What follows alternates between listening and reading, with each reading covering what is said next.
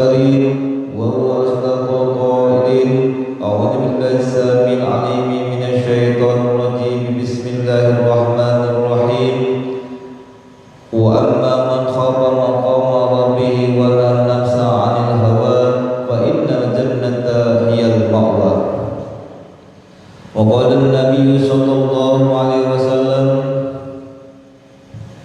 من سلك طريقا يلتمس فيه علما سهل الله له به طريقا إلى الجنة والله أعلم بمراد ذلك.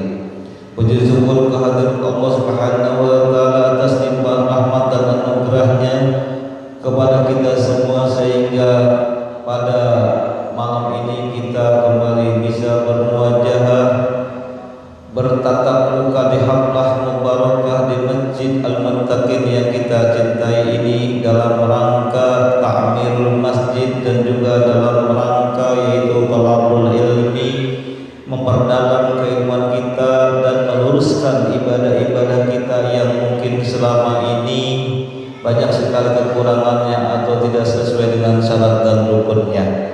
Salawat dan salam semoga terlimpah curahkan kepada baginda Rasulullah sallallahu alaihi wasallam beserta para keluarganya, para sahabatnya dan seluruh umatnya ila akhir zaman. Amin amin ya Allah ya rabbal alamin.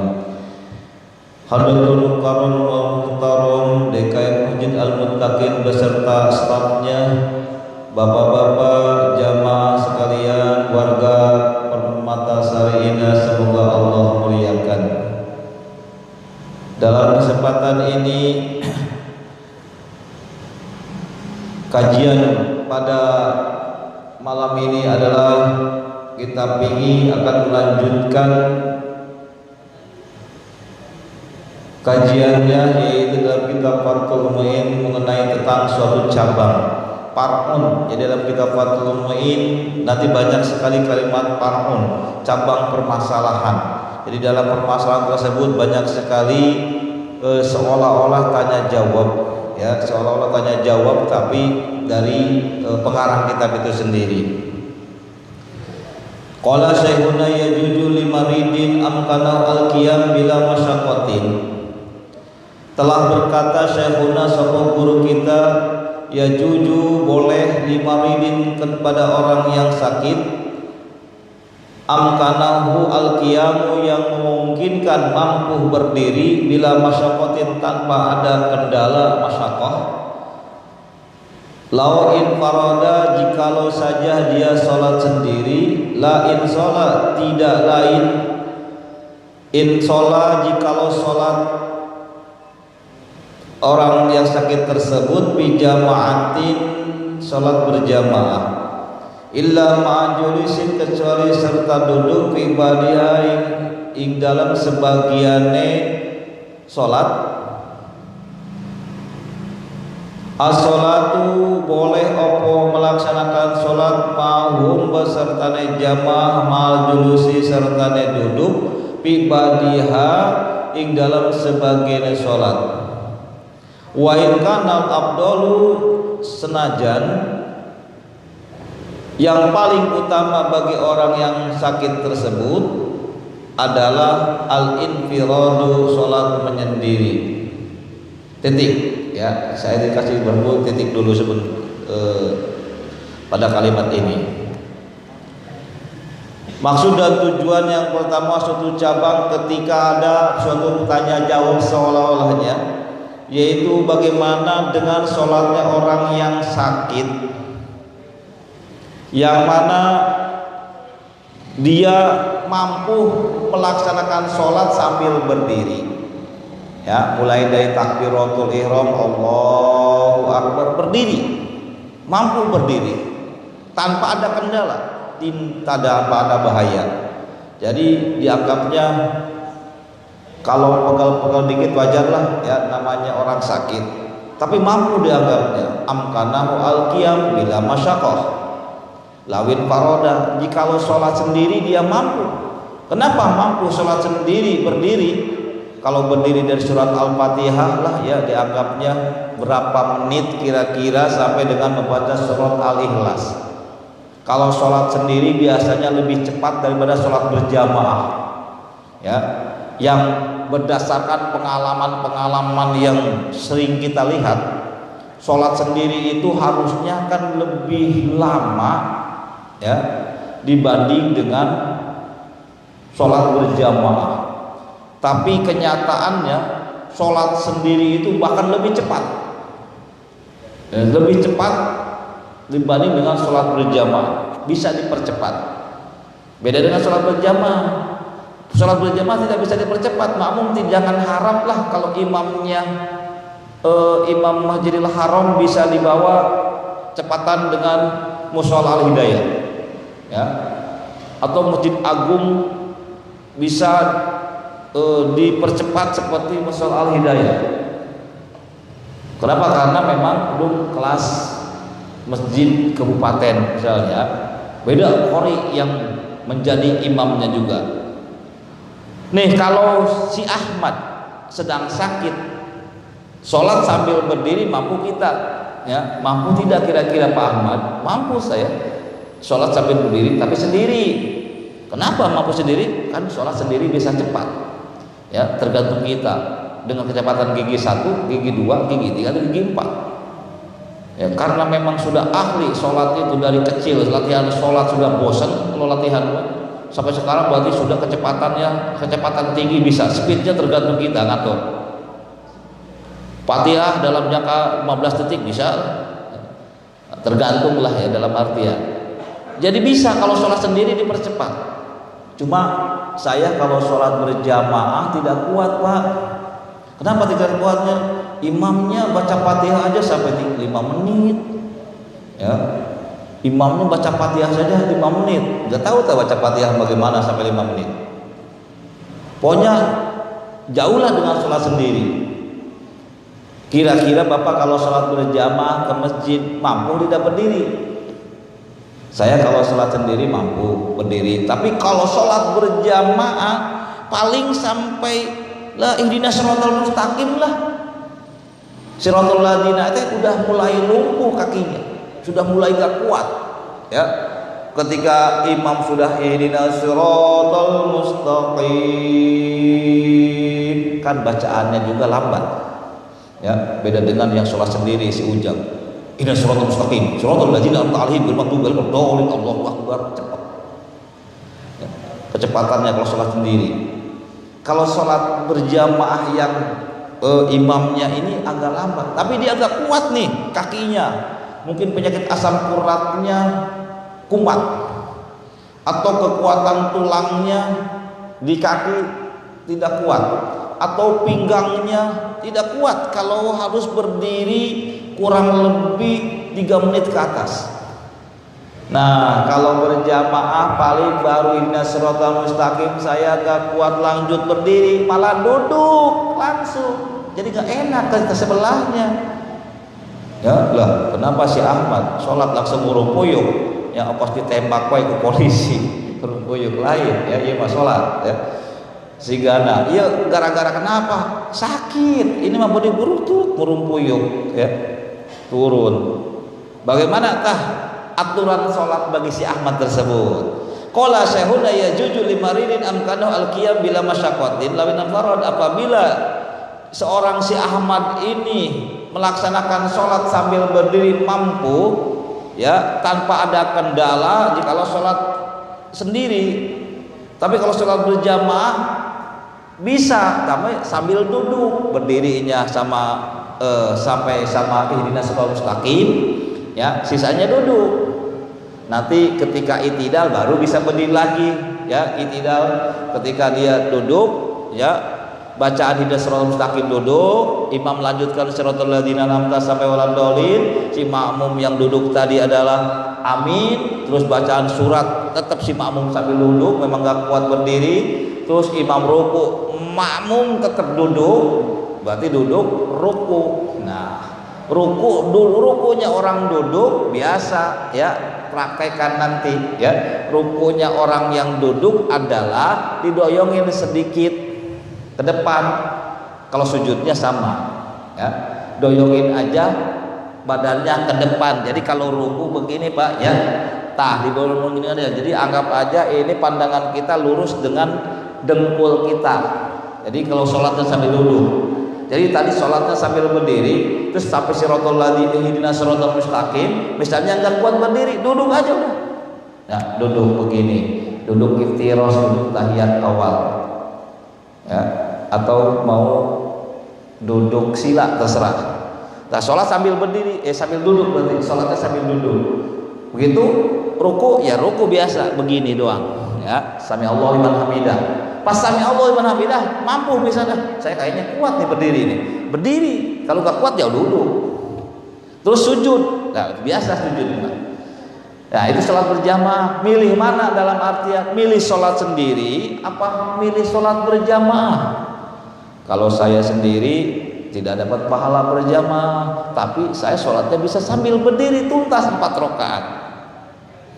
Kalau sholat berjamaah dapat pahala berjamaah, tapi sholatnya tidak tuntas berdirinya, cuma sampai ihdinas siratal mustaqim. Jawaban pengarang kitab adalah ya juju as-sholatu mahu ma'al julus bi badiha wa in kana al-afdal al-infiron. Ternyata silahkan boleh melaksanakan berjamaah dengan si imam, tidak sampai bentrok, tidak.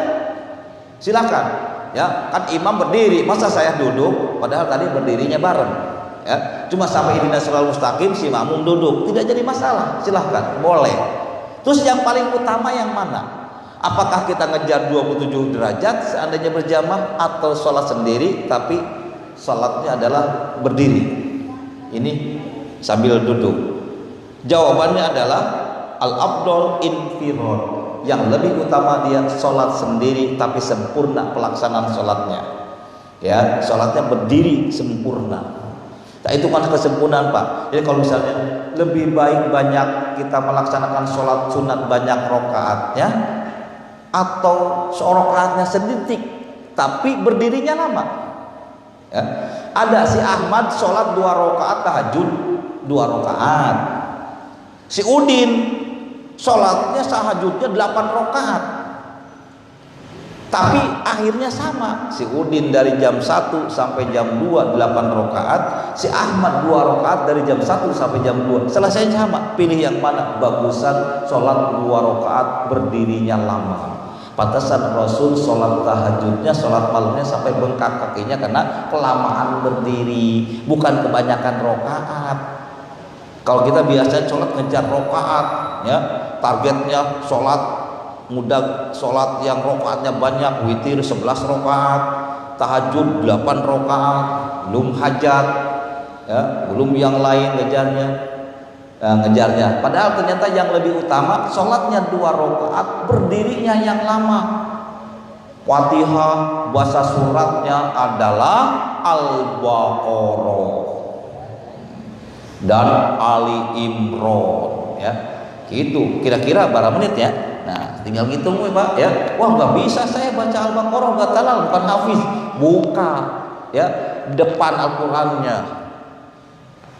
Wah susah kalau baca buka Al-Quran gak jauh, bawa HP sambil begini, ya boleh sholat sambil pegang HP, asal jangan sambil chattingan sholatnya, ya sampai HP buka Al-Quran baca ya surat Al-Baqarah, lumayan kan, yang 287 ayat, warna 1 rakaat, kira-kira bengkak gak kakinya, tinggal hitung nih.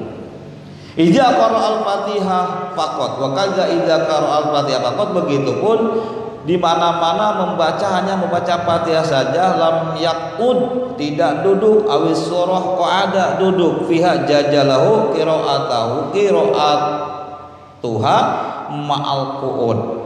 Nah bagi seorang yang sakit tersebut, ya di mana-mana membaca Fatihah saja, lam yakun, dia tidak duduk. Kuatlah 1 Fatihah dari bismillah sampai waladolin, kuat saya. Ya. Lam yakun awi surah ada, tapi kalau membaca surah ada duduk. Beda berarti ya, memang ada lebihnya. Kalau baca Fatihah saja waladolin saya mampu berdiri, tapi kalau tambah surah jadi ada jadi duduk.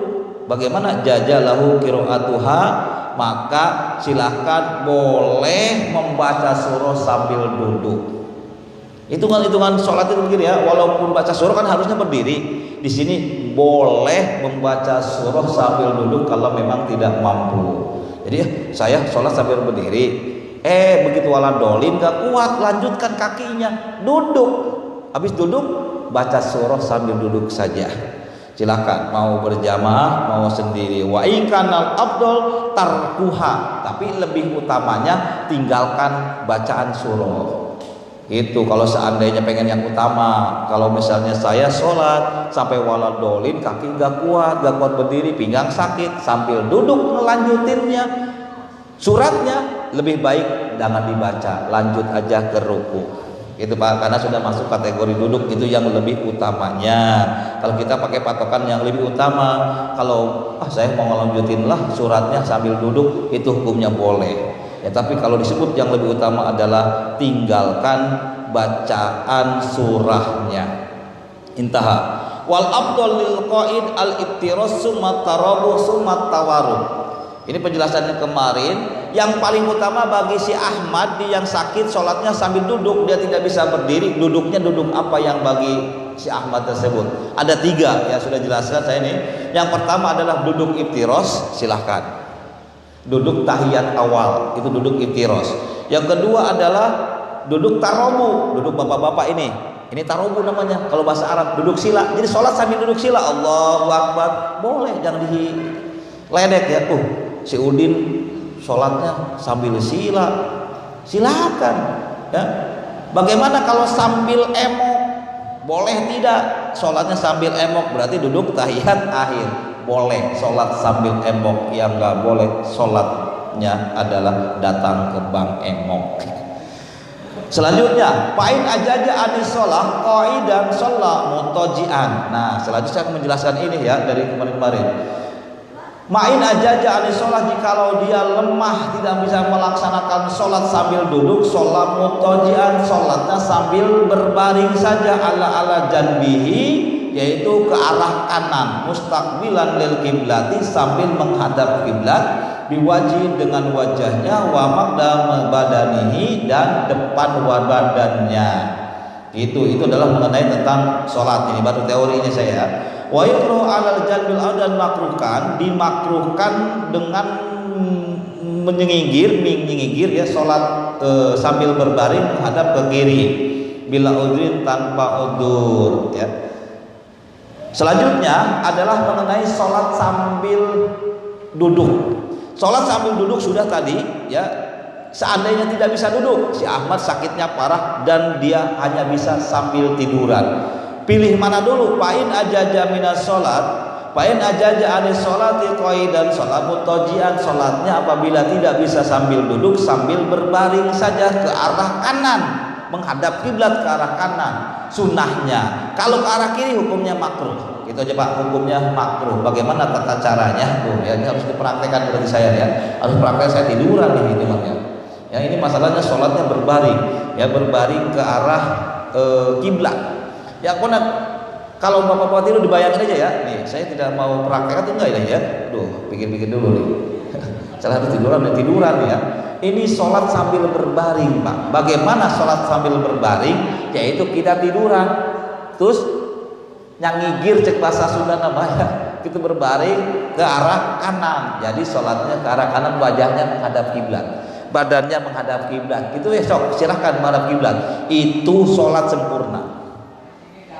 Ya, sholat sempurna itu gitu berbaring, ya, menghadap kiblat dengan wajah dan depan wajahnya. Bagaimana kalau dibelokin menghadap menggunakan arah kiri? Itu Pak, ya, sholat jadi berbaringnya menghadap kiri. Nah, baiklah ya, saya praktekkan ya. Jadi tiduran ya.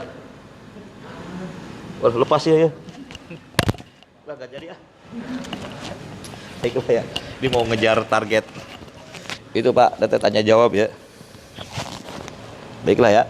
Mungkin dibayang-bayang aja ya sama bapak-bapak ya. Kalau berbaring ke arah kanan ya, sholatnya Allahu Akbar ya, nggak usah pakai takbir, angkat tangan nggak apa-apa ya. Biasanya Allahu Akbar sambil langsung sedekap, nggak bisa sedekap juga nggak apa-apa, yang penting Allahu Akbarnya. Allahu Akbar, niatnya dalam hati ya, sambil miring ke arah kanan. Itu hukumnya yang sunnahnya. Kalau ke arah kiri miringnya menghadap kiblatnya hukumnya makruh, kayak jenazah lah ya. Jenazah kan ke arah kanan Pak ya. Nah, kalau dibalikin kepalanya sebelah kiri, jadi ke kiri hukumnya makruh. Tapi sah-sah saja ya. Hukumnya makruh saja. Tanpa ada uzur, ya tanpa ada uzur. Kalau uzur mah enggak makruh ya. Pak Udin ke sebelah kanan mengigirnya. Ini sakit Pak, tangan saya nggak kuat. Oh ya udah nggak apa-apa, ke arah kiri. Nah itu uzur, lain lagi ya, hukumnya tidak makruh. Pamustalqiyan ala dharihi wa ahmasihi ilal kiblati. Dan setelah dia tidak bisa melaksanakan sholat sambil nyengigir, Bapak bisa ngemiring, sholatnya tidak bisa, nggak kuat, sakit. Berarti sholatnya sambil nangkarak. Ya, kalau sambil nangkarak, kakinya ke arah kiblat. Arahkan kakinya ke arah kiblat, wajahnya berarti ke situ ke belakang. Ya gitulah. Wajahnya ke situ, kakinya ke situ, arahkan oleh kita. Setelah itu kepalanya naikin sedikit pakai bantal ganjel. Nanti kalau rukunya bagaimana? Kalau rukunya gini. Kalau sujudnya gini lagi. Cuma kalau ruku mah begini doang, kalau sujud agak bawahan dikit. Gitu ya kalau sambil tiduran. Ingat-ingat apa ya? Mungkin suatu saat kalau bapak-bapak sakit, sholatnya sambil tiduran, begini saya pernah dengar. Cok arahkan kakinya ke arah kiblat, kepalanya ke situ ke belakang. Terus kepalanya pakai bantal, terus waktu Allahu Akbar bacaan Fatihah biasa, bacaan surat biasa. Pas rukunya kepalanya saja. Allahu Akbar. Ya subhanallah ya subhanallah. Sampai Allah liman hamidah. Ke sujud, Allah agak bawahan sedikit. Akhfad di dia bahasanya ya. Gitu ayu amya ila sawabil kiblat raqian wa sajidan wa bis sujud akhfad minal ima ila ruku. Gitu sejalan-jalan. Wa in ajaja min apain ajaja anil imam rosi. Seandainya si Ahmad tidak bisa bergerak juga dengan kepalanya, Pak kepalanya bisa enggak? Enggak bisa. Maka dengan kedipan mata saja, Allahu Akbar, sami Allahu liman hamidah, kicep ya. Dengan kedipan mata aja sholatnya ya. Bacaan mulut tetap bisa, tapi mata saja menandakan gerakan sholat berubah, intikal. Allahu Akbar, kicep ya, sami Allahu liman hamidah, Allahu Akbar, kicep terus ya, kedip-kedipan sajalah ya. Bagi orang yang tidak mampu menggerakkan wajah, menggerakkan kepala tidak mampu, maka cukup dengan kedip-kedipan saja. Tidak mampu dengan kedip-kedipan, dilanjutkan wa amma fa'in ajaja ajru ala shalah ala qalbihi. Maka apabila tidak mampu juga dengan kedip mata, sudah terkecil nih kedip mata, maka jalankan sholat dengan hati saja. Jadi Bapak tidak bisa apa-apa, udah tangan tidak bisa, gerakan apa tidak bisa, sholat dengan hati saja. Sok hati aja melaksanakan sholat, Allahu Akbar, gerakan sholatnya sampai Allah liman hamidah, hati saja yang melaksanakannya.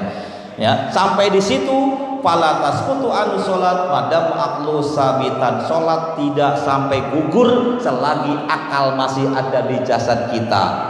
Jadi lagi masih berakal wajib sholat, kecuali kalau sudah koma, tidak berakal atau gila atau akalnya sudah hilang, maka tidak wajib melaksanakan sholat. Mungkin aja itu sementara yang bisa saya sampaikan. Mohon maaf atas segala kekurangannya. Silakan yang bertanya.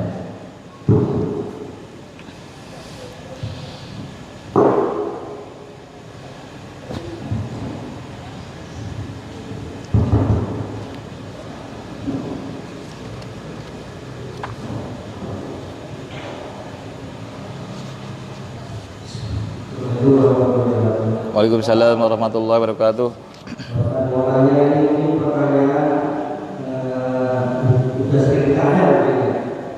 Ini kan jalan-jalan hari raya orang Kristen dan bahasa itu kita mengucapkan itu bentuknya gimana? Ya, mengucapkan apa?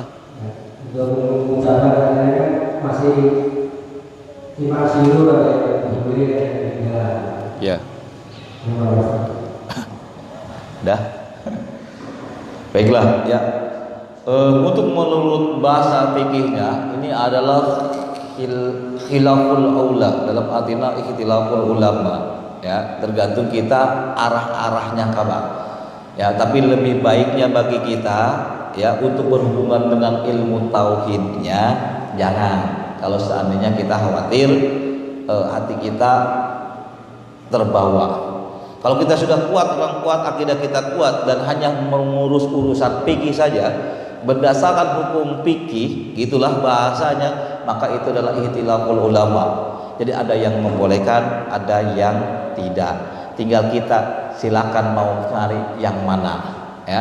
Mau boleh bahasa silahkan ngikuti, berarti pendapat ulama yang membolehkan dengan tidak ada maksud dalam artian yaitu khusus untuk memuliakan orang non muslim, tidak ya, hanya sekedar ucapan saja, tidak sampai lebih ya, hanya ukur sebatas ucapan saja. Itu ada ulama yang membolehkan. Mau ikut itu silahkan, mau ikut juga yang melarang atau mengharamkan silahkan, karena dua-duanya punya dalil. Khusus fikih nih ya, saya akan menjelaskan khusus fikih adalah ada ulama yang membolehkan dan ada ulama yang tidak membolehkan. Itu namanya ikhtilaful ulama. Mungkin itu sementara jawaban dari saya ya.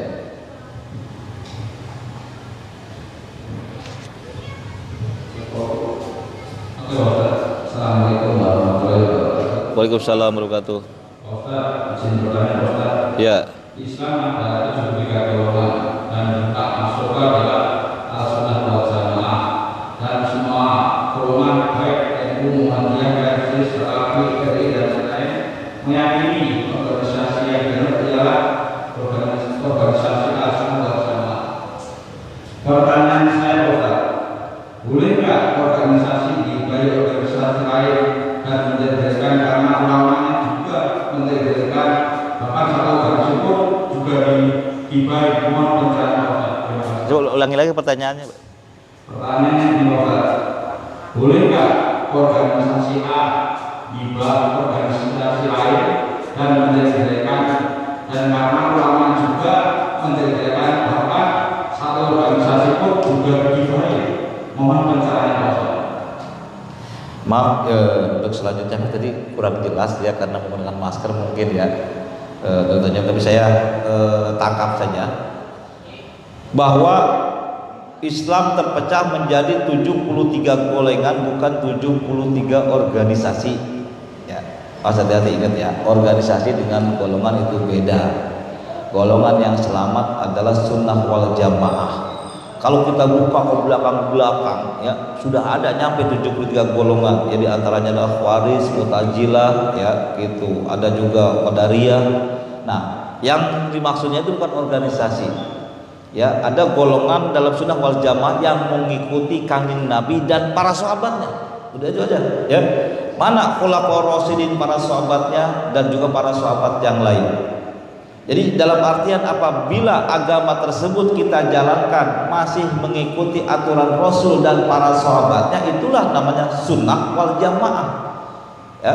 Kalau seandainya ada aturan agama kita hanya mengandalkan Al-Quran dan hadis saja, itu namanya ahlus sunnah ya. Bisa kategori nanti ke inkarus sunnah, tidak mengikuti sahabat, tidak mau saya mengikuti pendapat sahabat Abu Bakar, sahabat Umar, sahabat Utsman, namanya itu bisa kategori inkarus sunnah, bukan wal jamaah, bukan ya, ahlus sunnah doang. Nah yang selamat itu ahlus sunnah wal jamaah. Jadi Rasul mengingatkan kepada umatnya, jangan mengikuti saya saja, melainkan juga ikuti sahabat-sahabatku. Apa yang ikut sahabat-sahabatku silahkan jalankan saja, karena itu sudah kategori adalah memang dipercaya oleh Rasul untuk memberikan aturan-aturan ya, yang Rasul memberikan kepada para sahabat, yang lebih dekat adalah para sahabat.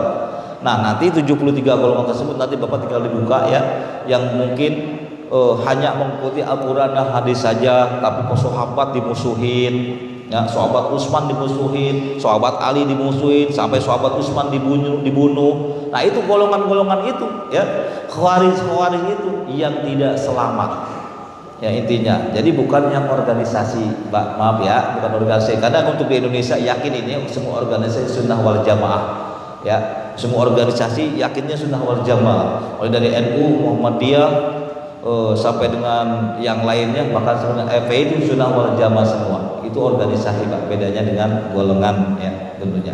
Mungkin hanya sementara itu, sementara saya menjawabnya. Bisa dipahami Pak? Lanjut. Ya, silakan Pak. Waalaikumsalam warahmatullahi wabarakatuh. Sedikit membahas masalah sujud Ustaz.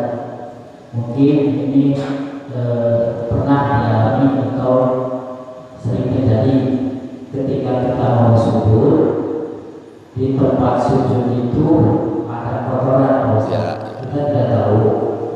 Ketika kita sujud, kita sedang nempel, Ustaz. Kita sedang nempel sujud, kita kaget, jadi istilahnya mantul, Ustaz. Nah itu kan termasuknya sujud, kita nempel, bangun lagi, terus sujud lagi. Sedangkan itu sujud pertama, Ustaz. Jadi hitungannya apa itu sujud, jadi sujud 3 kali atau sujud 2 kali. Sedangkan sujudnya cuma 2 kali, Ustaz. Nah seperti itu bagaimana, Ustaz? Ya. Baiklah ya.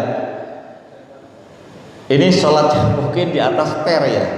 Mungkin sujud sampai ngapul jauh gitu Pak. Ya, kalau saya dibantal-bantal yang kumpul ngapul-ngapul itu ya. Ya seadanya ya, namanya juga kita tanya jawab ya, mungkin saja suatu saat boleh begitu. Ya tidak disangka bahwa yang kita tempat sujud itu per ya. Itu Allahu Akbar, udah mau kita seberat kepala lagi turunin, balik lagi ya. Itu kan kita baru sujud udah belum sujud. Orang belum sempurna, belum masuk kategori belum tumanina. Ya, belum sujud. Ya, dan itu kan di luar batas kemampuan kita. Ya jangan disebut udah sujud belum. Ya, belum ada tumaninahnya ya. Berarti sujud tadi namanya mungkin sujudnya adalah sujud kecil ya. Yang tadi yang pertama mungkin tidak tahu ya bahwa itu mantul balik lagi. Ya, mantul balik lagi gitu kan. Mantul balik lagi. Ya tetap lanjutin sujud itu. Sujud bersujud pertama karena berlanjut. Ya, teng gitu. Jangan duduk dulu, asik dulu. Bersujud itu yang boleh, enggak boleh. Ya. Karena kejadiannya terpisah. Ya, jadi sujud, ngampul bercanda, balik lagi langsung. Itu dianggap satu sujudan, satu gerakan. Ya, itu mungkin Pak. Ya jawab aja. Jadi sujudnya tidak masuk sujud 3 kali atau 2 kali karena ini satu gerakan. Mecat, balik lagi, satu gerakan. Beda lagi, mecat, duduk dulu. Nah, bedalah ya, duduk dulu, oleng berpikirannya. Ya, sujud itu masuk kategori sujud 2 kali dalam satu sujud. Gimana ya? Nah, ini model begitulah tentunya.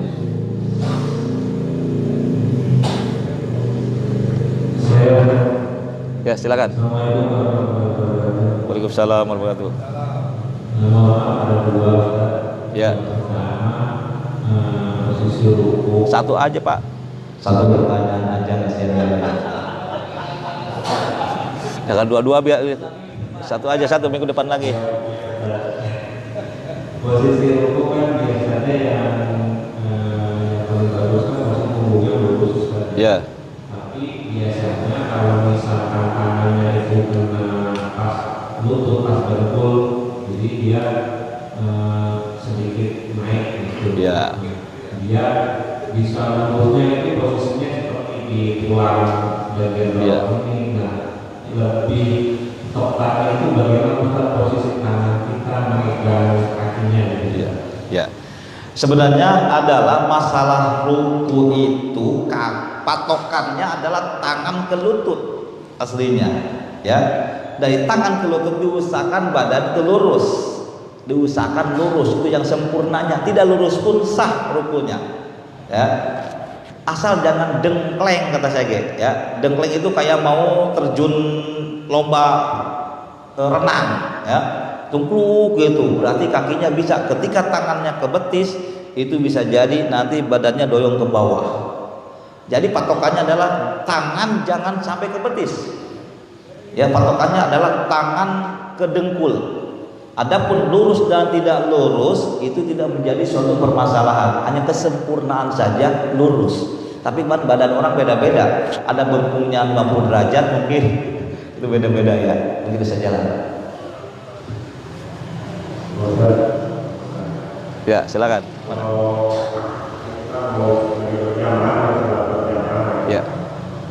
kita ketinggalan misalkan tapi kita akan pada terakhir, cuma kita itu sekali bawa nggak lama itu lebih lama kita ikut jemaah pertama atau kita bikin nomor saja dulu kita jemaah kedua. Ya. Itu nama yang mana? Ya. Terima kasih. Ya, terima kasih. Untuk masalah ini saya menjawab yaitu dengan berdasarkan ilmu fikihnya adalah cari jemaah yang kedua, karena jemaah kedua adalah dari awal ya sampai dengan selesai. Kalau ini kan buntut ya, kalau kita dengan logika dengan ilmu kias ya, lebih baik mana dapat ikan paus buntutnya saja tapi ikan bandeng semuanya dapat ya, tapi ini buntutnya saja nggak ada apa-apanya ya kalau bahasa itu mah ya. Tapi dalam bahasa fikihnya lebih utama mana model begini, maka sholat berjamaah beserta makmum yang bareng dengan kita itu lebih utama ya. Kalau ada orang nih, bahkan kalau kita jadi makmum, misalnya terus ada orang yang ternyata dia tahu baru duduk ya, kita nunggu dia aja yang lebih utama, karena sempurna bareng rokaat dengan kita nanti. Itu Pak, hitungan kalau kondisi lebih utamanya. Tapi kalau sudah kembali sah mana, semuanya sah. Tapi kalau bahasa lebih utamaan sholat berjamaah dengan yang kedua secara sempurna, itu saja.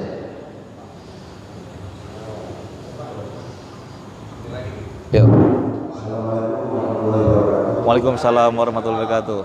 Satu pertanyaan Ustaz. Iya, di zaman modern ini rata-rata masjid pakainya kecil itu kan pakai oranye yang berdiri. Nah, kalau itu pada saat saya lihat posisi yang kecil di oranye itu biasanya hentakan pertama kecil itu kan apa ya, mantul ya. Nah, di situ muncrat ya.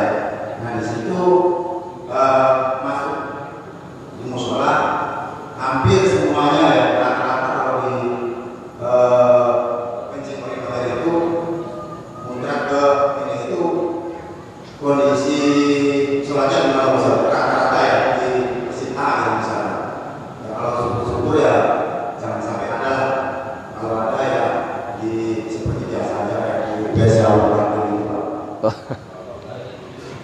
WC berdiri ya? Iya, baik. Terima kasih. Jawaban 5 menit lagi ya. Ini jawaban terakhir, mungkin ini aja pertanyaan terakhir. Ya, iya, ini pertanyaan tadi situ. Ini pertanyaan pengais bungsu. Jawabannya adalah kita sudah semaksimal mungkin ya, dan yakin tidak ada yang ngecret ya ke sarung kita atau ke celana kita. Kalaupun ada yang ngecret dan kita tidak tahu, maka itu namanya najis makfu. Najis tetap Pak hukumnya, tapi makfuun, dimaaf. Ada dalam kitab udah saya lewat ya. Ada najis makfu itu adalah najis kecretan daripada kencing kita. Ya, kecretan kencing kita balik lagi itu kita tidak tahu kecuali kalau kita yakin.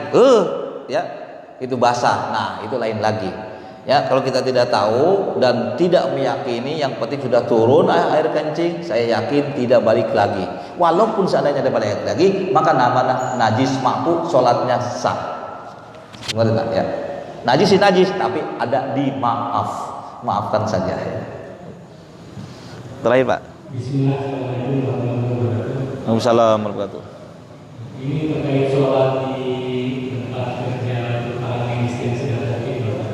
Ya. Mengenai bahasa topik khususnya di dalam istri yang memang untuk baju atau jubah yang harus kita pakai itu tidak selama jaga tidak boleh dibuka. Ya. Kalau mungkin kalau untuk pasang-pasang di ruangan biasa topik bukan dan bawah kesu enggak terlalu tertutup semua. Jadi khususnya siang itu yang menembus batas sama dan bisa itu otomatis yang itu berarti kita kan pakai apa juga Iya. apakah yang dengan muka ataukah kita bisa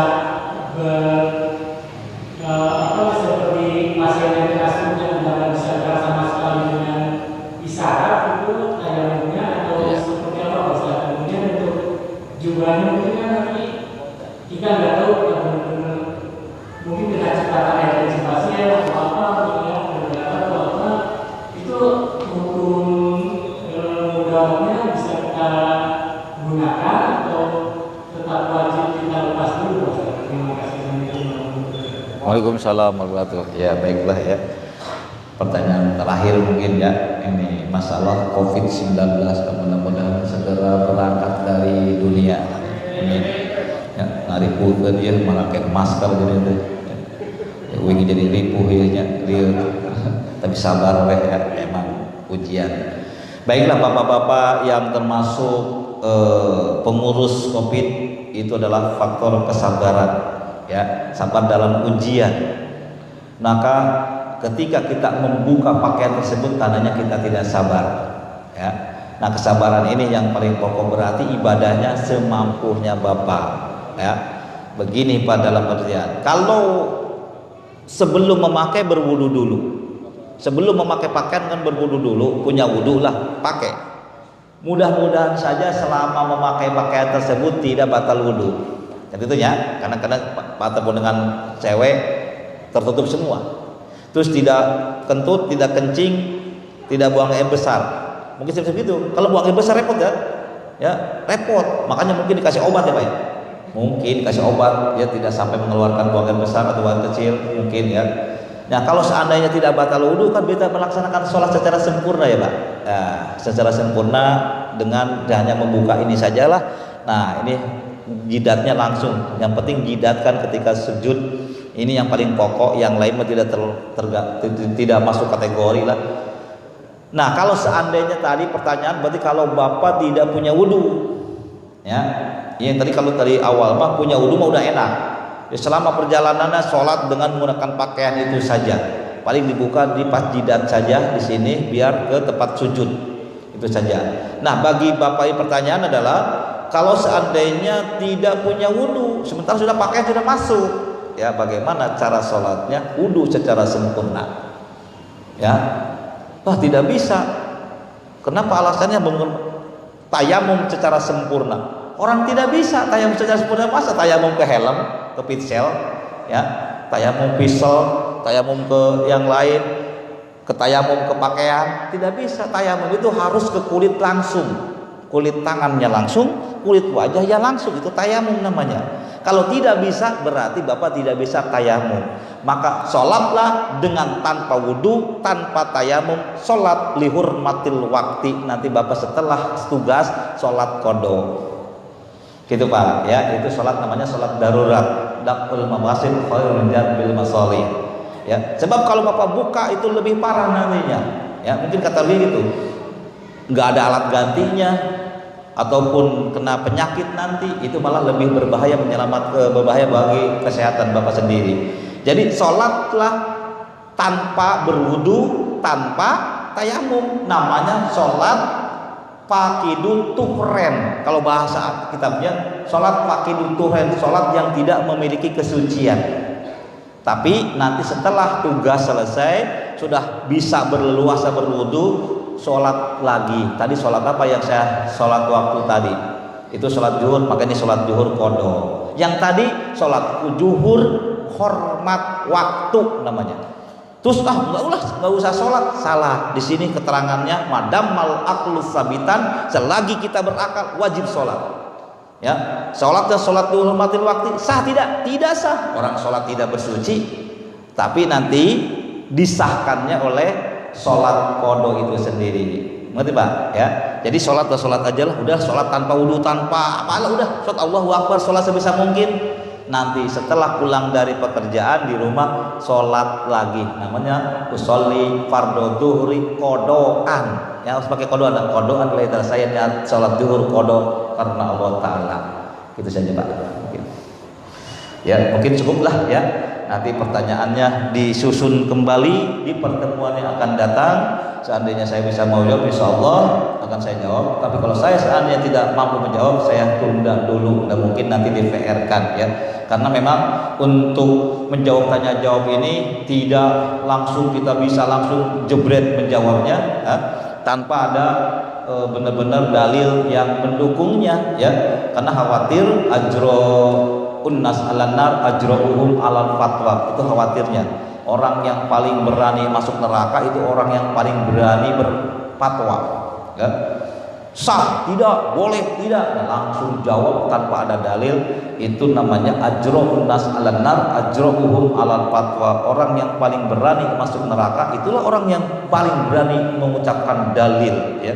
Mengungkapkan adalah fatwa maksudnya. Yang orang paling berani masuk neraka adalah orang yang paling berani berfatwa. Allahumma salli ala habibina wa syafina wa amrina wa barik wa salim wa radana musabati rasulullah amin. Allahumma ahina bi hayatil ulama wa amitna bi mautis syuhada wa sunnah yaumil qiyamati ma'a jumratul awliya. Allahumma nawwir qulubana bi nuri hidayatika kama nawwara bi nuri syamsika abadan rabbana atina fid dunya hasanah wa fil akhirati hasanah wa qina adzabannar wa sallallahu Muhammadin wa ala alihi wa sallam. Subhana rabbika rabbil izzati amma yasifun walhamdulillahi rabbil alamin. Wallahu muwaffiq ila aqwamit thariq. Wassalamualaikum warahmatullahi wabarakatuh. Allahumma shalli ala sayyidina Rasulillah.